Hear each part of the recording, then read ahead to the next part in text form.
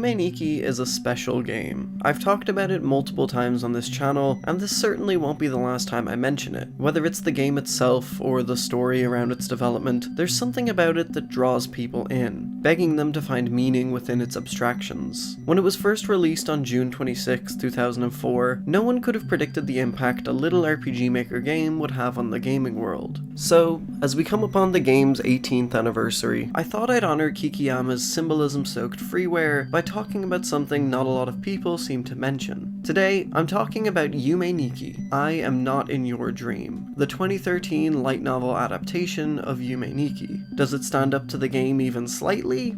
Let's have a look and see.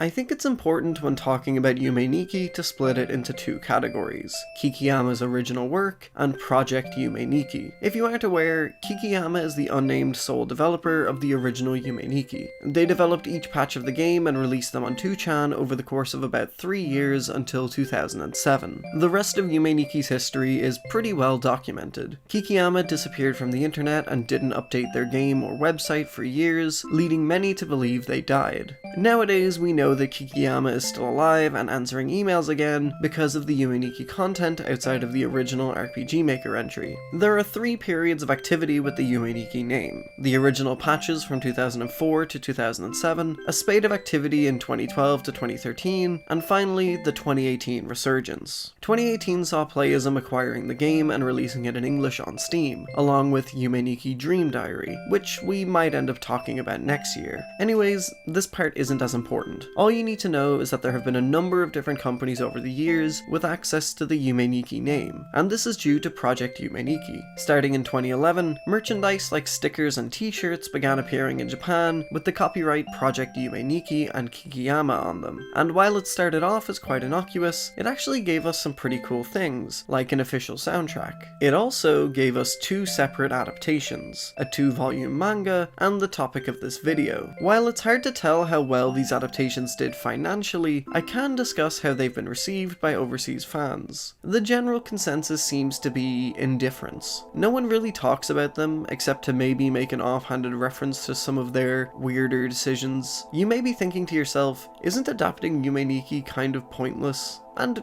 you'd be right, it is. Yume Nikki is a game about wandering endless looping levels. That's it. It's not even really about symbolism, it's just the natural thing we do as players when faced with something as incomprehensibly weird as this. Yume Nikki is about nothing and everything at the same time. It's why you can talk to 2 hardcore fans, and they may give you 2 entirely different readings on why Madatsuki's dreams are so weird. Nothing is set in stone, and everything is up to personal interpretation, which is what makes it so fun to talk about. But when you adapt something into a novel, you need a story. Even the most abstract books still have something driving them forward. It's impossible to distill what makes Yume Nikki special into a typical narrative. If you want to make it work, you have to do something weird with it. Have the narrative wander and change just like the game. As you've probably already guessed, if it was a good adaptation, more people would be talking about it. This isn't to say that it's irredeemable. For something that's built on such an awful pretense as adapting Yume Nikki, it certainly has its merits. But I definitely don't blame people for not wanting to touch it. What is even more interesting though, is that it has an official English release. It's one of the few Yume Nikki things that actually managed to find its way over to the West, even if it was a few years later. It was brought over as part of Playism's campaign leading up to Dream Diary, and released the same day as the English Steam version of the original. It was originally written by Akira and translated to English by Amber Tamasetes. I'm not familiar with Akira's work, although it looks like they've written a few light novels that have eventually been adapted into anime. When I was first going into it, I had pretty low expectations. All I really wanted was for it to not bore me, maybe do something kind of weird and abstract, but what I got was...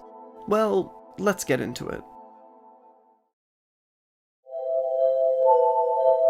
The novel is split into 3 parts, named You, Me, and Yume Nikki Dream Diary, each one containing 10 chapters each. It follows the same basic premise of the game, starting with Madatsuki alone in her room. Right out the gate, Akira has done something interesting with this adaptation. The first section, aptly titled You, is told entirely in second person. He describes Madatsuki's actions as you do this, you do that, etc., which does 2 very important things. It allows Madatsuki to remain stoic and mute, while also transferring a little bit of the game's magic to the page. Playing Yume Nikki often feels like you're an intruder, staring at the most intimate parts of someone's psyche, so by having the narrator speak in second person, it allows them to also feel like a third party, watching like a fly on the wall. However, while this is a smart device, it doesn't save the first chapter from the real issue. Most of your time with Yume Nikki is spent doing nothing, walking, trying to interact with things, typical actions that games allow due to their medium. If you take all of these and add them to a novel wholesale, you end up writing what feels more like a text let's play rather than a story. There are parts of the first chapter that describe in detail how Madatsuki explores her bedroom, walking up to things and touching them, even going as far as to say she falls asleep after 3 seconds, exactly as it is in the game. The other thing that you notice pretty quickly is the writing. Yume Nikki is known as a psychological horror game, and while it does have its share of horrifying imagery, a lot of it is fairly mundane, especially in her bedroom. Akira must have gotten the idea that since this was a horror game, it needed to be gory and scary, leading to descriptions like, your clothes, the raw color of exposed entrails. It's all very creepypasta. This is a trait that persists for the entire book. Even when the story is relatively calm, the descriptions continue to portray the world as gory and messy, which makes sense in some locations, but seems extremely ill-fitting in others. Writing aside, the narrator tells us that Madatsuki goes to bed and wakes up in the same room, except things are ever so slightly different. The entire first part feels like a walkthrough. It's almost ridiculous how much it attempts to mirror someone's experience playing the game. It's also by far the shortest section, which is for the best. Like I already mentioned, the choice to not make Madatsuki the narrator is the saving grace of this book. The way the narrator describes her approaching things and barely reacting to them starts off as very authentic. They attempt to give meaning to her expressionless actions and ponder over the images behind each of the doors. But there are times when this falls apart. The narrator describes how Madatsuki first enters the Nexus. She wanders around for a bit, examining each of the doors up close, again with unnecessarily gory detail, before she settles on one. The door she chooses leads to the Puddle World. We get more descriptions of her walking around, and this is where we get our first real creative liberty. Unlike the game, in this story when Madatsuki steps in the puddles, she sees a reflection of a man and woman arguing violently. The narrator claims that they have the closeness of a married couple, and while they silently scream and spit in her reflection, Madatsuki is unaware they're even there. She continues on, finds the umbrella, and gains her first effect. As I said, a lot of these early chapters essentially recap the first few sections of the game. Most of the unique parts come from the narrator's remarks. Next, she finds herself in the dense woods. She meets the jellyfish for the first time, and here's where the author's interpretation begins to bother me. Anyone can interpret Yume Nikki in whatever way they want. The problem is that the writer very rarely leaves things ambiguous. Everything is over-explained and described in a way that sets a very definitive tone. In Yume Nikki, the jellyfish are arguably one of the most discussed and analysed images in the game. They appear in 2 places: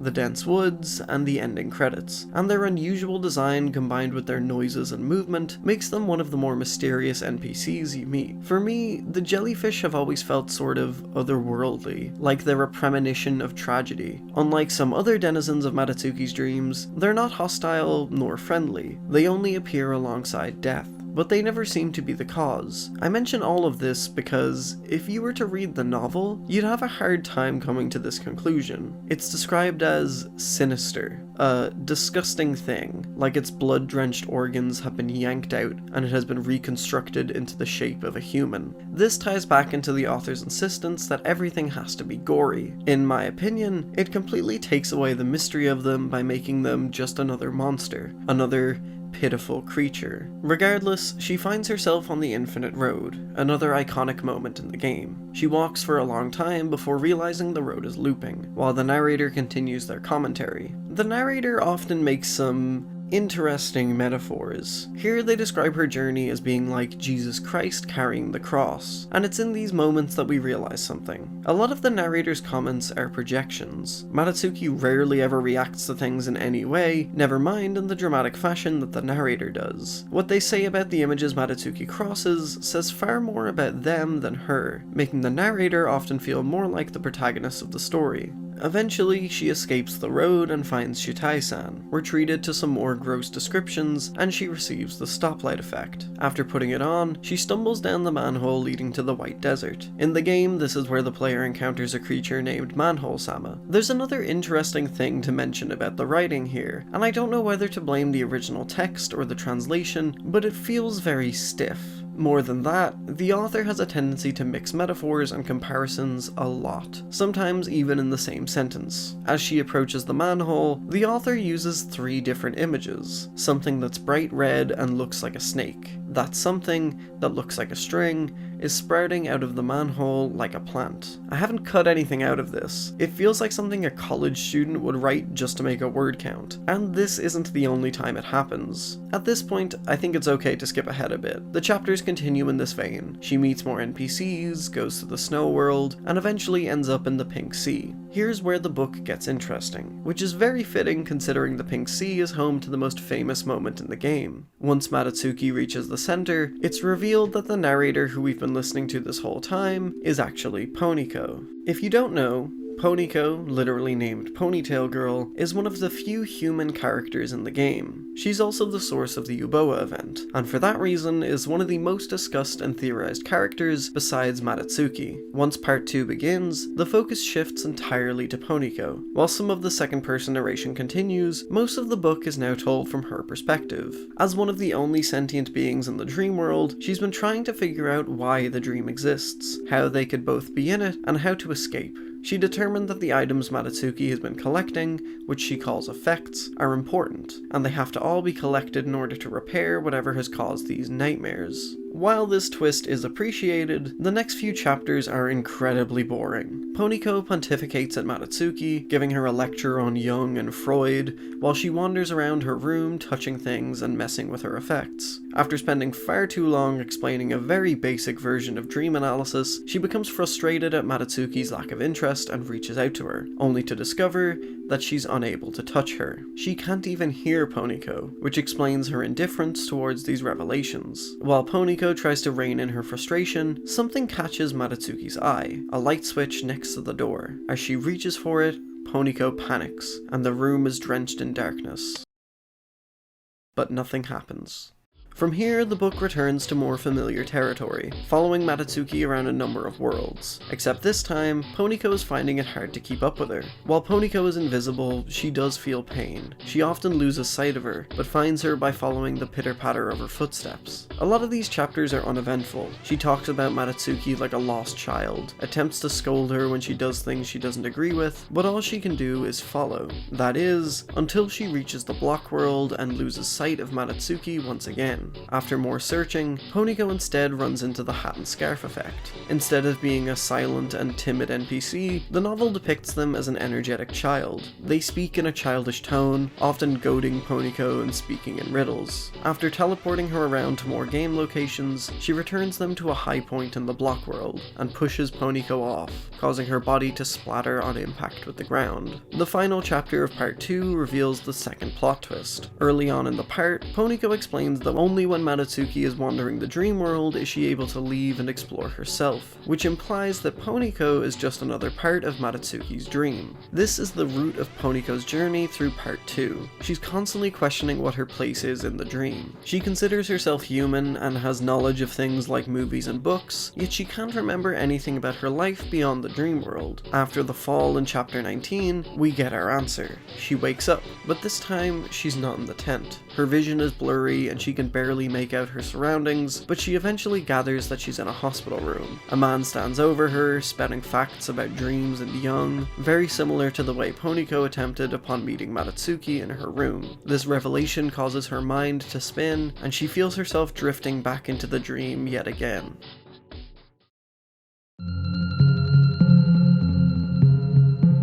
This is where the novel starts to make more sense, especially the title, I am not in your dream. Unlike the game, where everything is considered in relation to Matatsuki, the true owner of this dream is Poniko. In reality, Poniko is in a hospital, and although her diagnosis is never described, she's suffering from some mental illness. In order to help cure her, the doctors have been attempting to understand her dreams by having her keep a dream diary. All of the images in the dream, including Matatsuki herself, stem from something in Poniko's real life. At one point, she describes a doll she uses for parts of her therapy, and it perfectly matches Matatsuki. This part jumps back and forth between the dream world and reality, as Poniko struggles to decide whether she even wants to return to the real world at all. This last part is full of references to events and characters. She has long discussions with Monoe and Monoko about her existence, and her body is still completely destroyed by the long fall. Eventually, she manages to find Matatsuki in hell, saves her from a Tori Ningen, and then watches her travel to Witch Island. There, she sees Matatsuki burned alive, and we learn the source of her nightmares.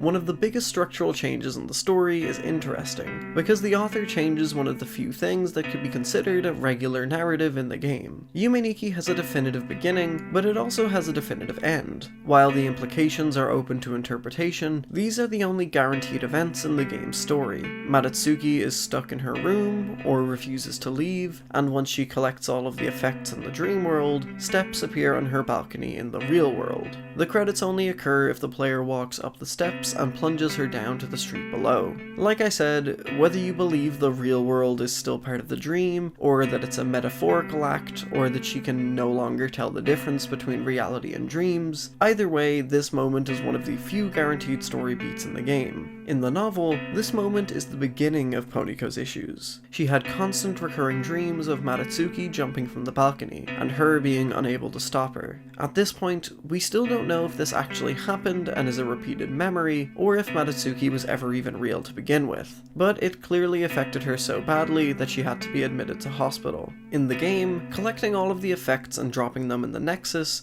is the trigger for this ending, whereas in the novel, Poniko believes that collecting the effects will repair her mind. You might now be wondering what the climax of the story will be if we've already established it's not the traditional ending. Well, there's one more place we haven't visited yet that's very important. After remembering these dreams, Poniko is back in the hospital room, and the doctor suggests that they do word association. After unknowingly drifting off to sleep midway through, she looks up to see Seán Masada-sensei where the doctor should be. Now on his spaceship, she finds herself questioning what part of her subconscious he could be, but eventually falls asleep, drifting even deeper into her own dream. This is where we get our second twist, that Matatsuki represents her miscarried child. What the hat and scarf effect said makes sense in this context. They were a gift to her.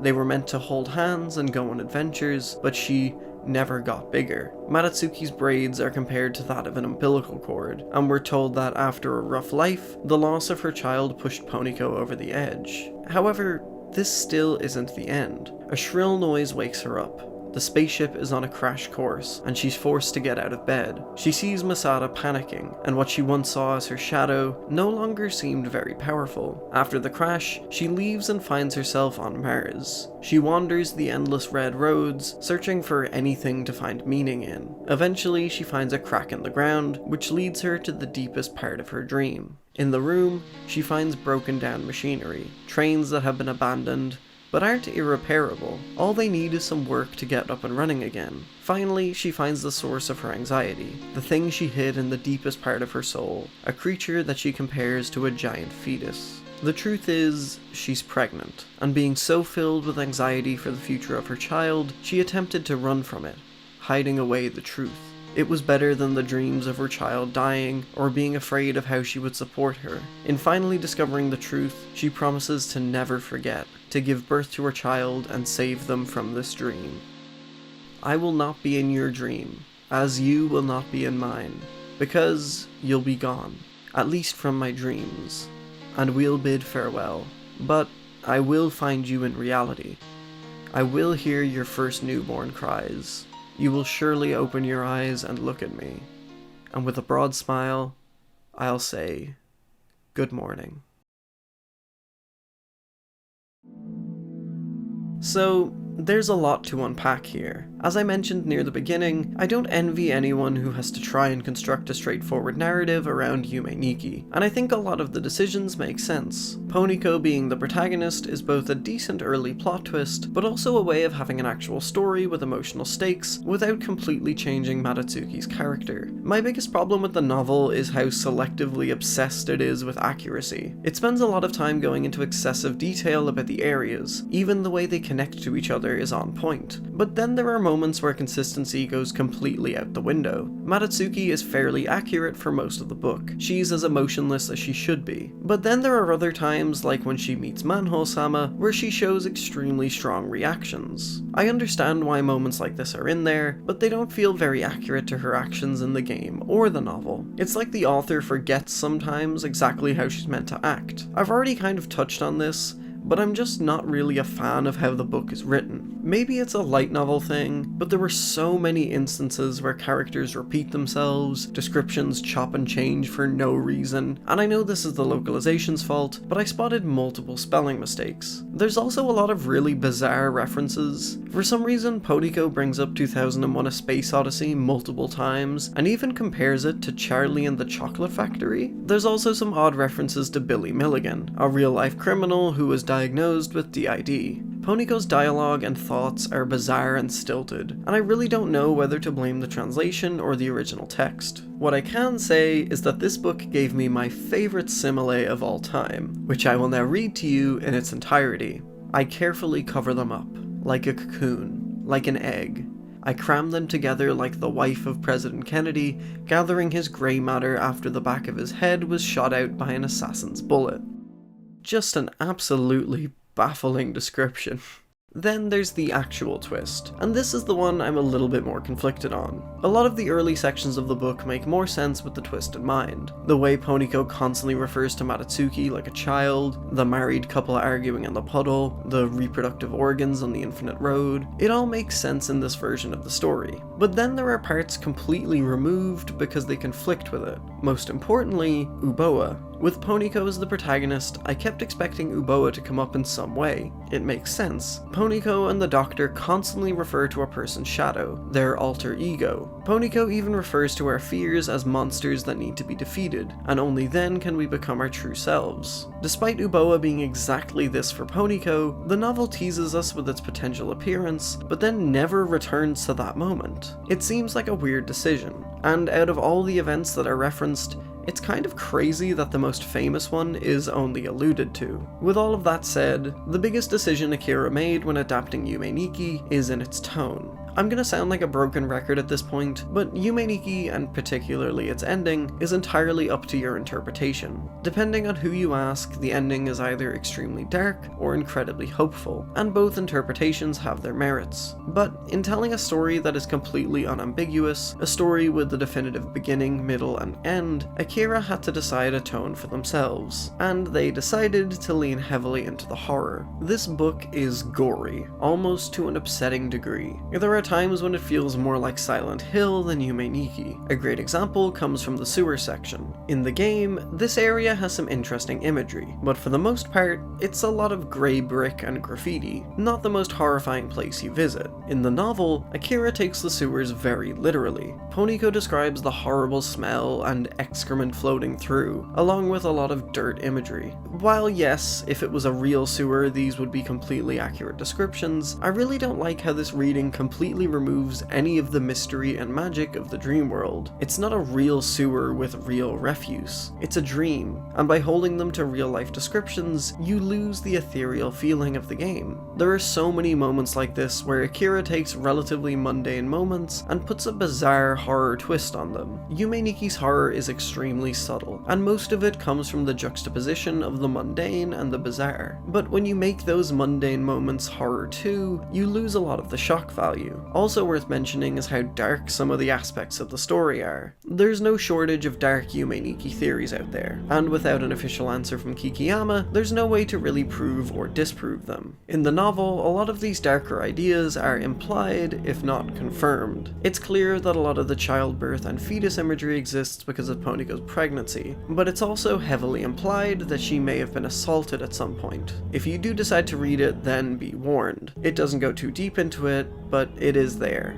While most of the book leans too heavily into the psychological horror aspects, I will say that the message and tone of the final chapters is very different. Poniko spends the entire story running from the truth, and after being prodded by her own subconscious, upturning every piece of her brain and putting herself back together, she decides that she can be saved. She's like a broken down train, off its rails, but completely repairable. It's almost a complete reversal of the game. Yume Nikki starts off extremely mundane and only gets more and more bizarre and horrifying as you delve further into the dream world, culminating in Madatsuki climbing over the balcony. The novel, on the other hand, starts pretty heavy on the horror imagery and then in the end turns far more hopeful. The more that I let the book stew in my brain, the more I find myself wondering, what would I have done differently? The truth is, I just wouldn't. I don't think a Yume Nikki novel is necessary or easy to pull off, but if I had to wish for something, it would probably be something a lot more abstract. Something closer to a House of Leaves than a light novel. Long, meandering passages about Madatsuki exploring the dream world, complete with run-on sentences and abstract imagery. Have the words move around the page in interesting ways. Find a way to work the looping backgrounds into the text. I'm not saying it would be amazing or anything, I just think it would be more interesting than what we got.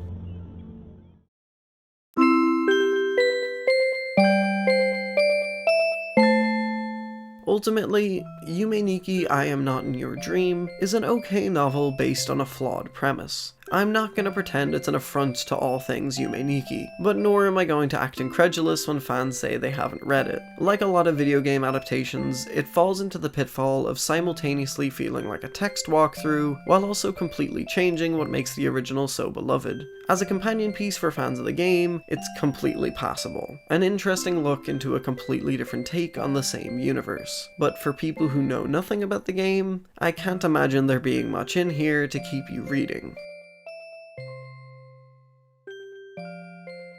Thanks for watching! Yume Nikki really is a game that means a lot to me, so I was very happy I got to talk about it on its anniversary like this. If you enjoyed, please leave a like and a comment. It really helps make these videos more popular, which helps me make them. If you want, my Twitter, TikTok, and other socials are in the description. Thanks again, and I'll see you real soon.